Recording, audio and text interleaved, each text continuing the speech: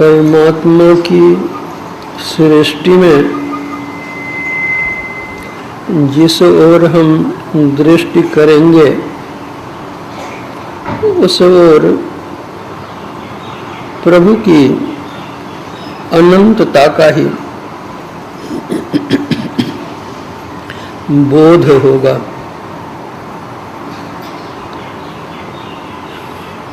यूं तो उनकी रचना में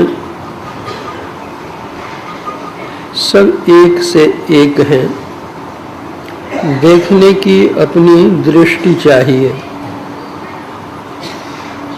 किंतु उन सब संरचनाओं में मानव शरीर एक विशेष माना गया है। शास्त्र बतलाता है, ब्रह्मांड लक्षणं सर्व देह मध्ये व्यवस्थितम। विश्व ब्रह्मांड में, बाह्य जगत में जितनी चीजें हैं वे सारी की सारी चीजें इस पिंड में भी है। पिंड में अणु रूप है और ब्रह्मांड में उसका विभु रूप है। जैसे आप एक विशाल वट वृक्ष को देखते हैं, किंतु वह विशाल वट वृक्ष उसके एक बीज में निहित है। एक बीज से ही यह विशाल वट वृक्ष बना है, लेकिन वहाँ हम बीज रूप में देखते हैं, वृक्ष रूप में नहीं देख पाते। लेकिन वो सारा वृक्ष उसमें भरा पड़ा हुआ है।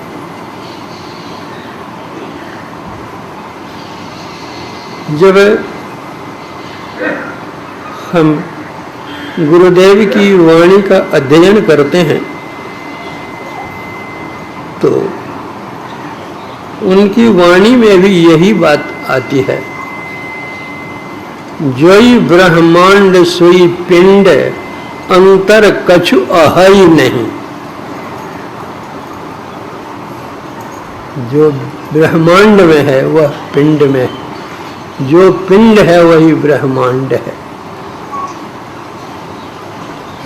संत तुलसी साहब कहते हैं, पिंड माहि ब्रह्मांड ताहि पार पुनित तेहि लखा।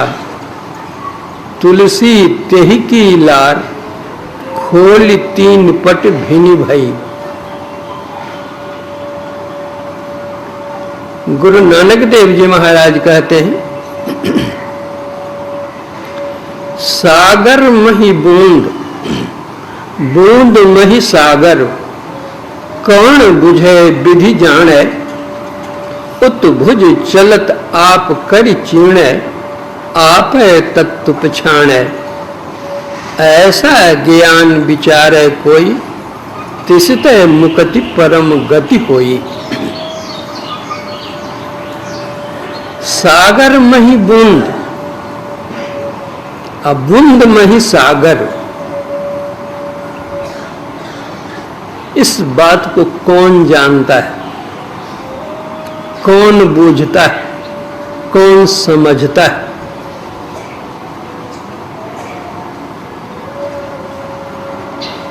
सागर यह ब्रह्मांड है, बूंद यह पिंड है। ब्रह्मांड में यह पिंड है, यह तो सबको ही देखते हैं, लेकिन इस पिंड में भी वह ब्रह्मांड है, इसका ज्ञान बहुत कम को है। प्रत्यक्ष ज्ञान के लिए तो नगण्य ही कहना चाहिए, कोई कोई।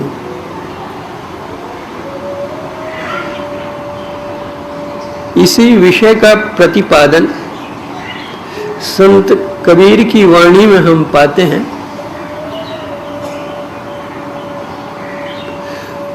बूंद समानी समुद्र में यह जाने सब कोई, समुद्र समाना बूंद में बूझे बिरला कोई।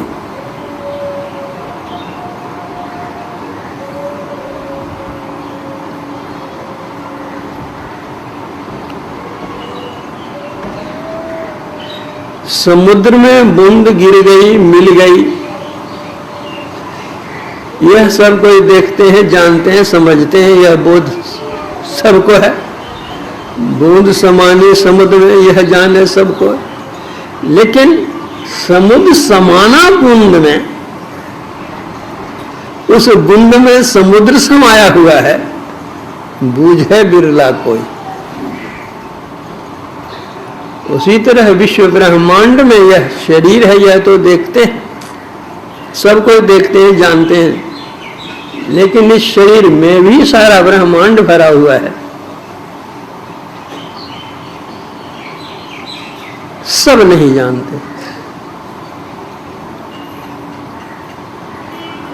शास्त्र कहता है कि देहस्था सर्व विद्याश्च, देहस्था सर्व देवता, देहस्था सर्व तीर्थानि गुरुवाक्येन लभ्यते। जितनी विद्याएं आप संसार में देखते हैं, जानते हैं, वो सारी की सारी विद्याएं इस शरीर में भरी पड़ी हुई है। जिस तरह दिया सलाई होती है, दिया सलाई में आग भरी हुई रहती है, किंतु दिया सलाई को अपनी मुट्ठी में ले लेंगे तो हमारा हाथ जलेगा नहीं। आग है उसमें, लेकिन हमारा हाथ जलेगा नहीं। उसी दिया सलाई में से एक काठी हम निकाल लें और उसी दिया सलाई में जहां मसाला लगा हुआ है वहां घिस दें तो भग से आग निकलेगी, हाथ जलेगा, जहां लगा दिए वह जलेगा। आग तो उसमें है, लेकिन आग उत्पन्न करने की यह एक कला है। उसी तरह अपने अंदर सारे के सारे ज्ञान भरे पड़े हुए हैं, सारी विद्याएं भरी पड़ी हुई हैं, लेकिन उससे काठी निकालने वाला, घिसने वाला चाहिए। हम जाते हैं विद्यालयों में, उनको ले लीजिए,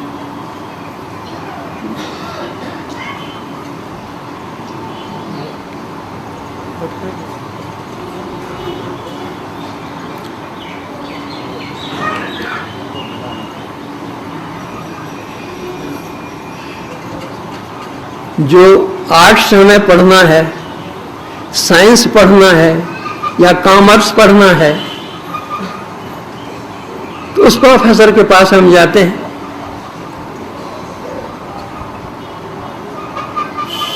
जिस विद्या की काठी में घिसते हैं उस विद्या में हम कुशल हो जाते हैं, विद्वान बन जाते हैं।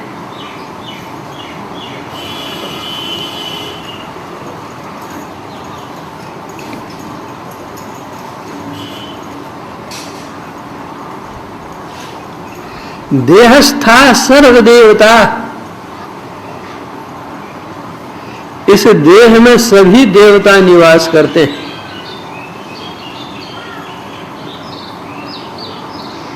महर्षि में ही पदावली जब हम पढ़ते हैं उसमें पाते हैं, देवी देव समस्त पूर्ण ब्रह्म परम प्रभु, गुरु में करें निवास, कहते हैं संत सब। निवास तो सब में करते हैं, लेकिन गुरु ने उनका साक्षात्कार कर लिया है। हमारी 5 कर्मेंद्रियां हैं, 5 ज्ञानेंद्रियां हैं और 4 भीतर की इंद्रियां हैं, अंतःकरण। ये 14 इंद्रियां हैं। इन 14 इंद्रियों के 14 देवता इसमें बैठे हुए हैं।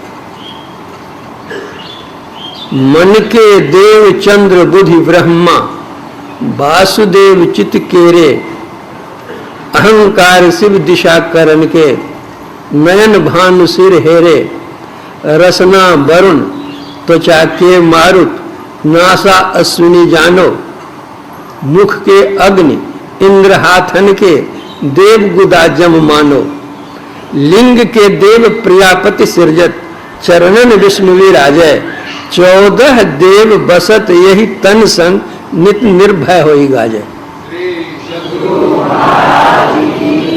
ये लेकिन देहस्था सर्व तीर्थान, सभी तीर्थ इस शरीर में है।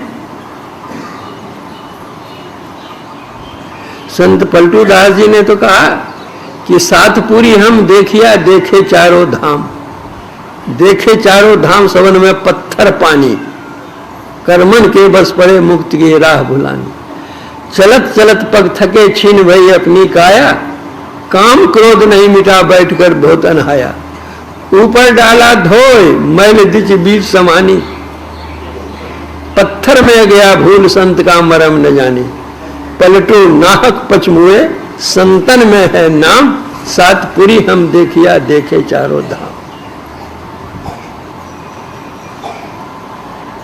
सब तीर्थों में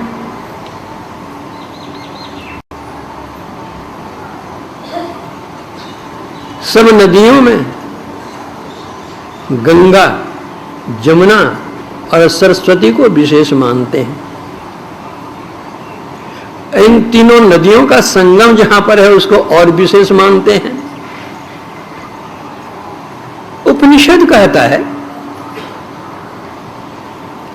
या भगवती गंगा, पिंगला यमुना नदी, या पिंगलयोर मध्य सुषुम्ना च सरस्वती, त्रिवेणी संगमो यत्र तीर्थराजः स उच्यते, तत्र स्नानं प्रकुर्वीत सर्व पापैः प्रमुच्यते। हम लोगों के शरीर में 72 करोड़ नाड़ियां हैं। उन 72 करोड़ नाड़ियों में 108 नाड़ियां प्रमुख हैं। उन 108 में 9 नाड़ियां मुख्य हैं। उन 9 नाड़ियों में 3 नाड़ियां मुख्य हैं, जिसको इड़ा पिंगला सुषुम्ना कहते हैं, और उन तीनों में सर्वश्रेष्ठ है सुषुम्ना। तो कहते अपने अंदर में इड़ा पिंगला और सुषुम्ना का जहां संगम है, वहां जो कोई डुबकी लगाते हैं सभी पापों से मुक्ति मिल जाती है। बाहर के तीर्थों में जाइए, स्नान कीजिए, उससे आपके शरीर का ऊपर भाग साफ होगा, लेकिन शरीर के भीतर में जो है मल छिपा हुआ वह मैल नहीं छूटेगा। उसके लिए तो अंदर में ही गोता लगाना पड़ेगा। बढ़िया से बढ़िया भोजन हो, शरीर के किसी भाग में बांध दीजिए आप, उससे पेट आपका नहीं भरेगा। पेट तो तभी भरेगा जब वह मुंह के रास्ते से पेट में पहुंचेगा। उसी तरह से बाहर में कितना भी स्नान कर लें, लेकिन भीतर का मल नहीं जा सकता है।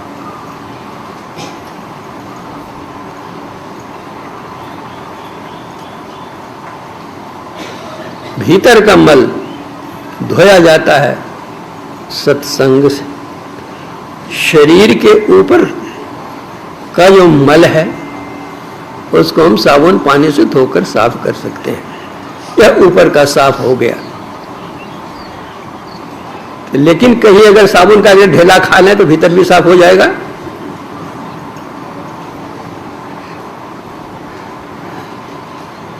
वो तो चमड़ा ही साफ होगा, वहां पर भी जो मन सूक्ष्म है वह साफ नहीं होगा। दिल का हुजरा साफ कर जाना के आने के लिए, ध्यान गैरों का उठा उसको बिठाने के लिए। एक दिल लाख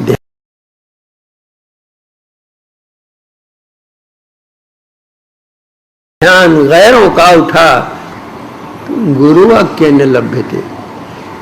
जब तक सच्चे सद्गुरु नहीं मिलेंगे इसका भेद भी नहीं मिलेगा। और सच्चे सद्गुरु मिल जाएं भी, अगर हम उसको कार्यान्वयन नहीं करें तब भी नहीं होगा।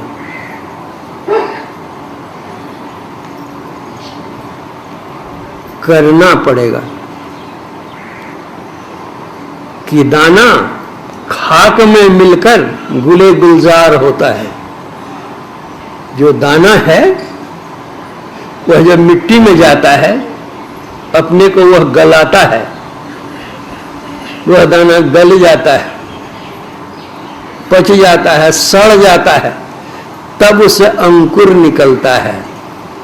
और जब अंकुर निकलता है तो पौधा होता है, वही पौधा बड़ा होता है तो वृक्ष का रूप धारण करता है, तब वह फल फूल सब देने लगता है। एक ही बीज है लेकिन उसके अंदर सारा वृक्ष भरा पड़ा हुआ है।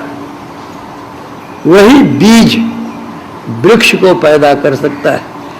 उसी तरह जो अपने को गुरु चरणों में गला देता है, पचा देता है, सड़ा देता है, अपने अहम का विसर्जन कर देता है, गुरु आदेशानुकूल चलता है, उनके उपदेशानुकूल चलता है,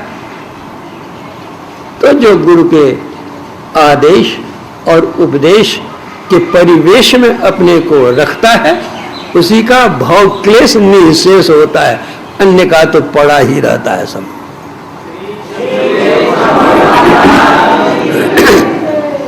वचन में हम कितने भी प्रवीण क्यों न हो जाएं, अगर हम आचरण से हीन हैं तो सदा दीनहीन बने ही रहेंगे, छूटने वाला नहीं। वाक्य ज्ञान अत्यंत निपुण, भव पार न पावई कोई, निष्गृह मध्य दीप की बातनी, तम निवृत्त नहीं हुई। खूब लंबा चौड़ा लेक्चर दे दिया, उससे क्या होगा? बच्चे विद्यालयों में जाते हैं, पढ़ते हैं, इकाई, दहाई, सैकड़ा, हजार, 10,000, लाख, 10 लाख, करोड़, 10 करोड़, अरब, 10 अरब, खरब, 10 खरब, मील, पढ़ते पढ़ते संघ महासंघ तक चला जाता है,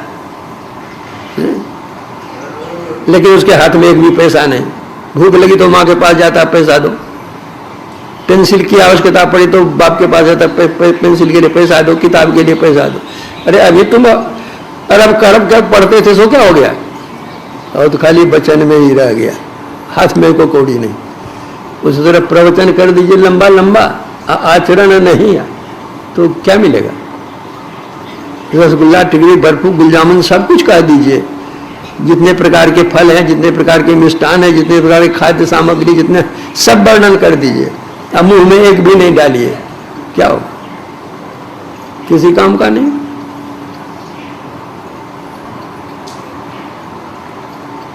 तुलसीदास जी ने रामचरितमानस में ही लिखा है, भगवान राम ने उपदेश किया, यही तन कर फल विषय न भाई। पढ़ लिया, पाठ हो गया, अर्थ भी सुना दिया, व्याख्यान भी हो गया, लेकिन समझा कभी? ये विषय न भाई, तब क्या करना भाई? और क्या कर रहे हैं भाई? क्या हो रही है कमाई? आए थे हरि भजन को और होटल लगे कपास वाली बात।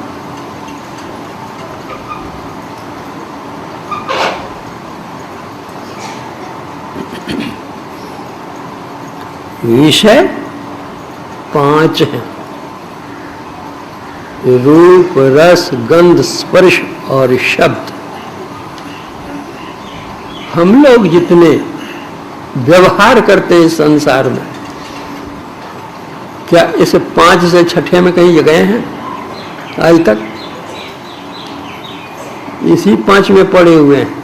तो जब मनुष्य शरीर का फल विषय नहीं है और उसी विषय में हम हैं तो हमारा परम कल्याण कहां से होगा? विषय से निर्विषय में कैसे जाएंगे?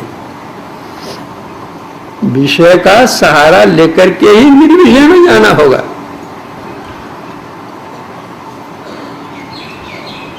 पानी में पड़ा हुआ प्राणी पानी का सहारा लेकर के ही सूखी जमीन पर जाता है, लेकिन अगर जिस पानी में वह डूब रहा है उसी पानी को वह जकड़ करके पकड़ रखा है, भर पांजा करके जाएगा, वहीं वह डूब मरेगा। तैर ना जानेगा, आगे के पानी को पकड़ेगा, पीछे के पानी को ठेलेगा पैर से, आगे के पानी को हाथ से पकड़ेगा, पीछे के पानी को पैर से ठेलेगा, तैरते तैरते चला जाएगा। उसी तरह यह संसार विषय रूप रस गंध स्पर्श शब्द ये 5 ही तो इस संसार में है। अगर छठी कोई चीज है तो उसका ज्ञान नहीं। इनका ही अवलंब लेकर के आगे बढ़ना होगा, तभी वह चरितार्थ होगा। अहितन कर फल विषय न भाई। हर चीज की मात्रा होती है, उस मात्रा के अनुकूल सेवन करना होगा, छोड़ करके जाना नहीं होगा।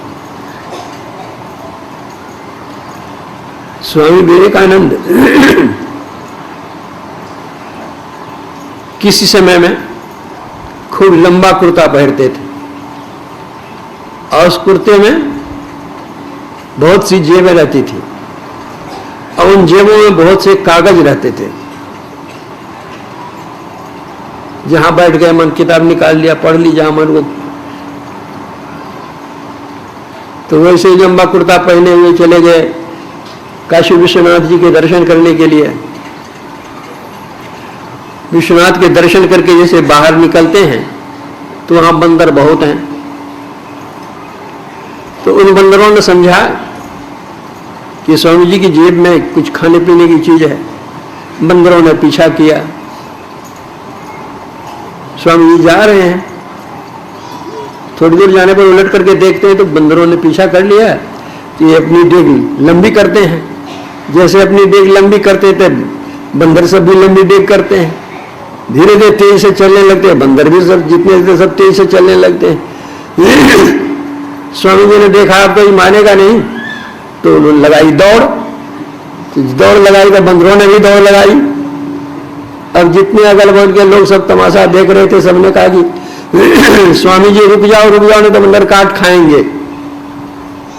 तो स्वामी जी रुक गए, जितने बंदर थे वे सब रुक गए। तो उस पर स्वामी विवेकानंद जी ने लिखा है कि संसार से कहीं भाग कर जाओगे तो कहां जाओगे, जहां भी जाओगे संसार तुम्हारे साथ जाएगा। इसलिए संसार में अस्थिर रह करके जो तुम्हारा काम करना है सो काम करो।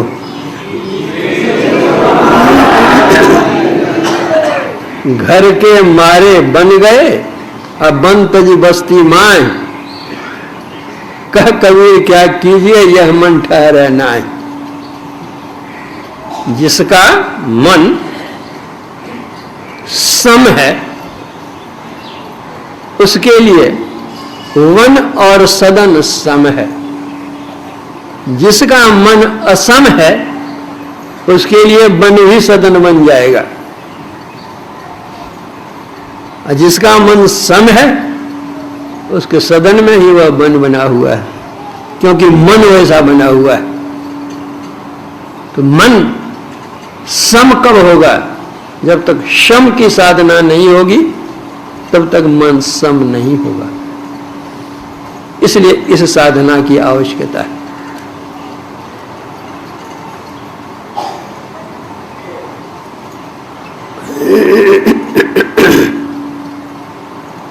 मृग मीन भृंग पतंग कुंजर एक दोष बिना सही, पंच दोष असाध्य जामे ताकि केतिक आसही।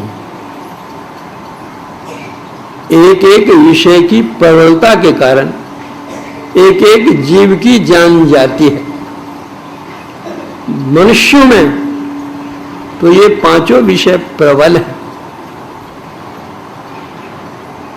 और तो और भगवान श्री राम ने जो बालिका वध कर सुग्रीव को राजगद्दी दे दी। वर्षा का समय आ गया था, पहाड़ पर भगवान रहने लग गए।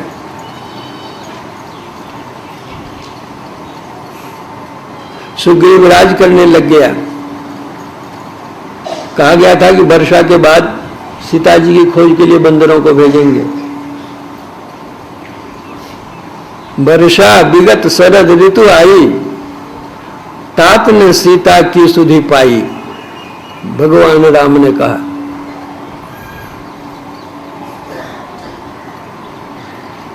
सुग्रीव सब सुधि विसारी,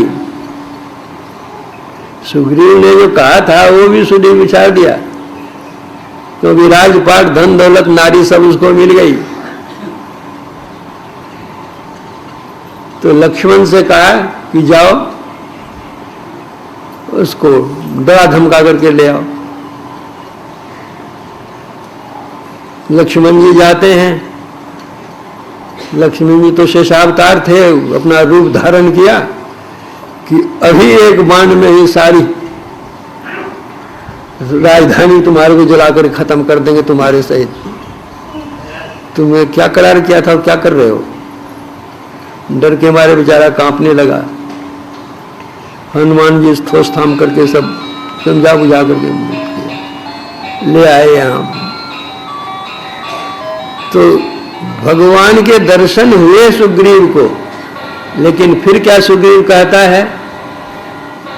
विषय वश्य सुर नर मुनि स्वामी, मैं पामर पशु कपि अति कामी।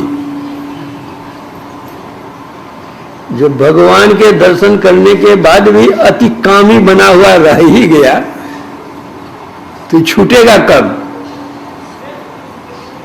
मतलब केवल स्थूल सगुण साकार के दर्शन से ही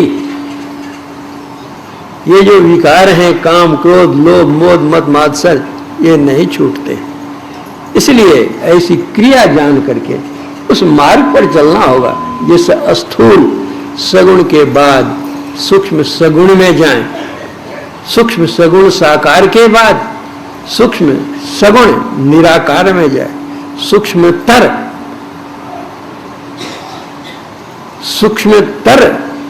सगुण निराकार के बाद सूक्ष्मतम निर्गुण निराकार में जाएं। वहां जब जाएंगे तब सब मल धुल जाएंगे, पवित्र हो जाएंगे, जीव पीव का मिलन हो जाएगा। वहां ऐतन कर फल विषय न भाई की सार्थकता हो। गीता में भगवान ने कहा है, विषया विनिवर्तन्ते निराहार से देहिना रस वर्जंग रसोप्यस्य परम दृष्टा निवर्तते। कोई भूखा रहता है, नहीं खाता है, इससे इंद्रियों की शक्ति तो घटती है, लेकिन विषय जिस रस का मन जिस विषय का रस भोग चुका है वह रस सूखता नहीं है, उस रस की याद आती है। शरीर भोगने योग्य नहीं है, भोग नहीं सकता, सक्षम नहीं है, लेकिन मन उस रस को भोगता है, चाहता है, लेकिन तन उसका साथी नहीं दे रहा है, करेगा क्या? वह तो परम दृष्टा निवृत्त, जो परे जाकर दर्शन करता है उसी का निवृत्त होता है। इसलिए स्थूल से सूक्ष्म, सूक्ष्म से कारण, कारण से महाकारण, महाकारण से कैवल्य में